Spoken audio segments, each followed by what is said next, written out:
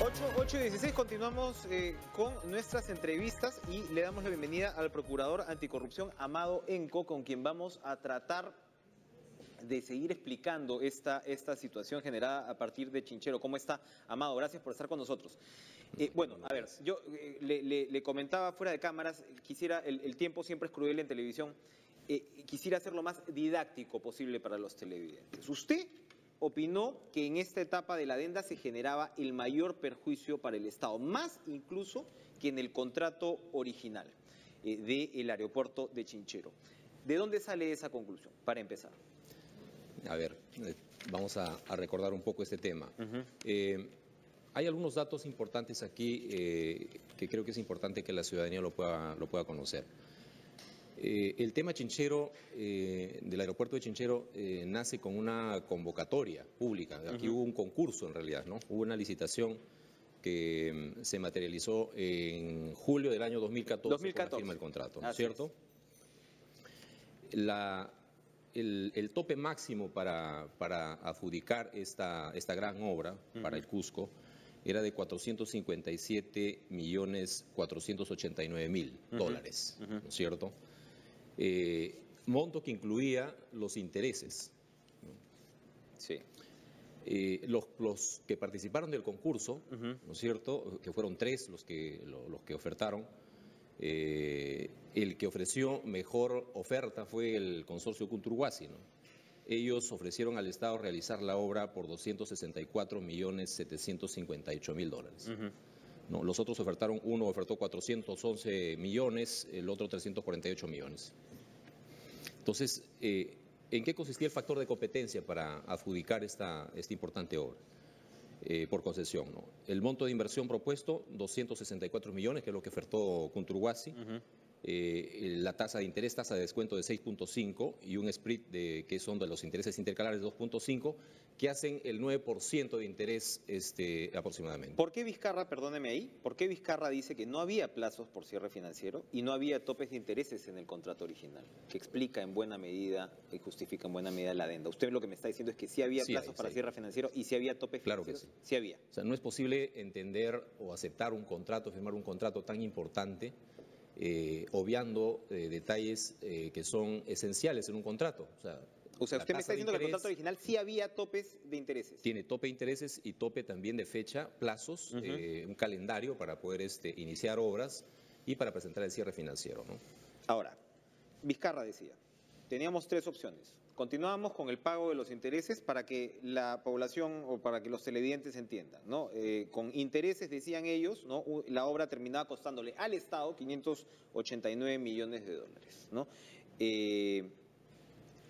Por los intereses únicamente, ¿no? Terminaban casi 900 millones de dólares, tal como la propuesta financiera del concesionario estaba planteada, y estos 409 millones que con la adenda se iban a pagar como avance de obra se transformaban casi en 900. Entonces él decía, opción número uno, continuar con el pago de intereses de estos que estoy describiendo. O quitábamos los intereses, que es lo que Vizcarra defendía, ¿no? Con la obra por el pago de avance por el lado del Estado, o se resolvía unilateralmente el contrato, que es lo que finalmente ha terminado siendo ayer. ¿Para usted había otras opciones? Bueno, de acuerdo al análisis que hizo la Procuraduría en su momento cuando tomó la decisión responsable de solicitar al Ministerio Público una ampliación de investigación preliminar en este tema, sometimos el tema de la adenda y los elementos, los documentos, toda la documentación que sustentaba la negociación a un análisis de carácter económico-financiero también, ¿no? A cargo de los peritos de la unidad de peritos que tiene la Procuraduría, ¿no? ¿Qué encontraron? Y el resultado del estudio, de la documentación, arrojaba que en efecto aquí el Estado tenía otras opciones, ¿no es cierto?, frente al incumplimiento por parte del concesionario de presentar el cierre financiero en los términos que establecía el contrato, ¿no es cierto? Ocurre que el concesionario al cierre financiero presentó a un acreedor permitido que exigía cobrarle al Estado el 22% de interés. Un banco, un acreedor permitido es el banco. Un banco extranjero, ¿no? Goldman Sachs. Que era Goldman. Así es. Entonces, 22% ciertamente se alejaba en más del por encima del 9%. Así es. ¿No? Entonces, eso, por supuesto, que era una tasa leonina, una tasa draconiana. Así es, draconiana, que elevaba aproximadamente a 800 millones de dólares el contrato. El ministerio se defendía sobre este punto diciendo que ellos encargaron incluso un estudio al BID, donde se veía que incluso las opciones financieras disponibles terminaban siendo, si no una tasa de 22%, que como usted afirma es leonina, sí de todas maneras seguían siendo demasiado altas. ¿Se tomó en cuenta esto? Mire, a ver, acá se había un dato importante que está introducido en la investigación. Esto está sometido ahora ya a una investigación en el Ministerio Público, así que será allí donde se esclarezcan los hechos. Pero hay un dato importante que hasta ahora no estoy escuchando de parte de quienes están tratando de defender este tema de la adenda. En el mes de enero del año 2014, antes de que se suscribiera el contrato, precisamente para poder enfatizar y cerrar el tema y aclarar el tema de la tasa de interés, Ocitran saca un acuerdo, ¿cierto? Ese acuerdo fue incluso publicado en el diario oficial El Peruano, ¿no? El 7 de enero, ¿no? Y comunicado debidamente al consorcio Kunturhuasi. En este acuerdo, que fue publicado en el diario oficial El Peruano y comunicado a Kunturhuasi, se zanjó el tema de los intereses. En consecuencia, no había más que discutir sobre el tema, ¿no? ¿Cómo se zanjó el tema de los intereses? En el sentido de que Kunturhuasi aceptaba. Esta comunicación o esta determinación de la tasa de interés se da en la fase de las bases para el concurso. Entonces, Kunturhuasi sabía perfectamente cuáles eran los márgenes de interés que tenía que pagar, que el Estado tenía que asumir. Así es. Como estructura financiera. A la firma del contrato. Entonces, ¿y cuáles eran los márgenes? Era del 9%, el 9%, ¿no es cierto? Entonces, respecto al tema de la tasa de interés, a criterio de la Procuraduría, entiendo también de la Contraloría, ¿no? De Ocitran en su momento, y del propio Ministerio de Transportes y Comunicaciones, estaba clarísimo. O sea, el contrato incluía la tasa de interés del 9%. Tal es así que hasta fines del año 2016 la posición del MTC respecto al tema, a las exigencias de pagar un 22%, eran clarísimas. No te vamos a aceptar, acreedor permitido, la tasa de interés que tú propones porque el marco contractual establece. Insisto, sencillamente, aquí cada quien planteará su posición, pero el Ministerio luego, Vizcarra insistía en que se habían hecho las investigaciones de mercado y de repente lo disponible seguía siendo demasiado alto. Yo no sé si alguno de ellos llegaba a ese 9%, al parecer no. Al parecer lo que hizo el BID dio otras opciones y si bien no llegaban al 22%, seguían siendo demasiado altas. En eso justificó el Ministerio, sobre todo, ¿no?, el tema de la adenda, y ya veremos cómo se va procediendo en este caso. La Contraloría encuentra un perjuicio de 40.6 millones de dólares al Estado con la adenda. ¿Usted entiende dónde está ese perjuicio? La Procuraduría todavía no ha tenido acceso al informe de la Contraloría, lo estamos solicitando formalmente.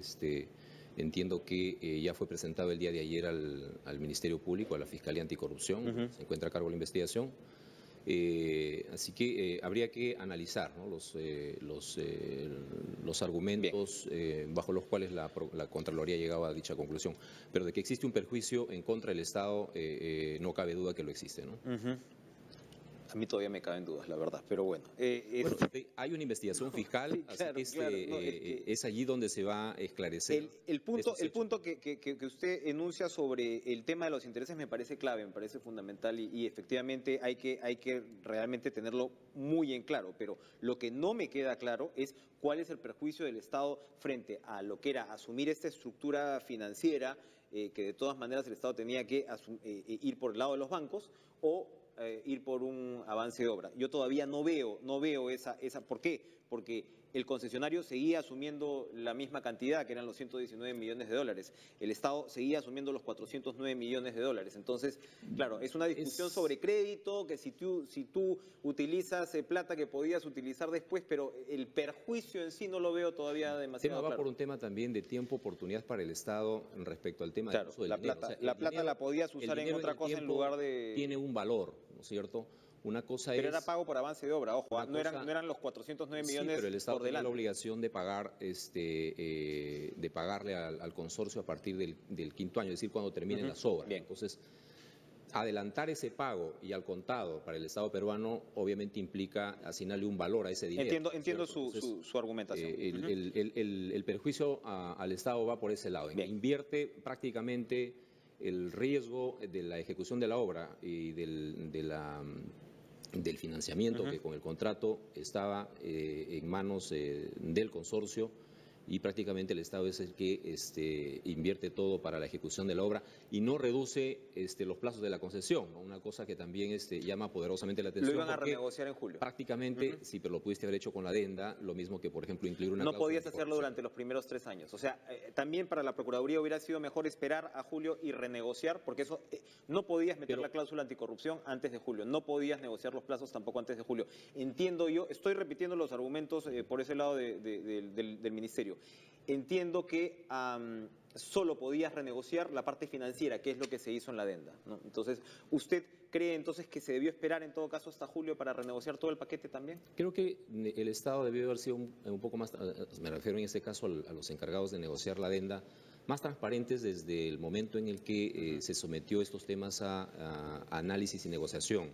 Pudo haberse anunciado desde un inicio que había el interés, incluso creo yo, que bajando de 40 a 30 el concesionario sigue seguía haciendo mucha crema enormemente en este contrato. Importantísimo el otro tema porque se nos acaba el tiempo.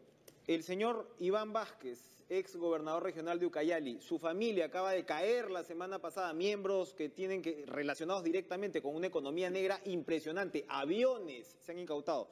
Pero el Poder Judicial ha ordenado un nuevo juicio con respecto a los cargos de corrupción. Yo sé que son dos procesos distintos, pero evidentemente estas capturas nos dan una idea de qué cosa estamos hablando. El señor Wilfredo Oscorima, que estuvo prófugo un montón de tiempo, libre. El señor Acurio del Cusco, que tiene otro proceso abierto por Odebrecht. El Poder Judicial acaba de negar la detención preventiva por el caso de un incremento, ¿no?, de salarios que llegaban a más de 20 millones de soles. ¿Qué decir ante estas decisiones del Poder Judicial? Rápidamente, por favor.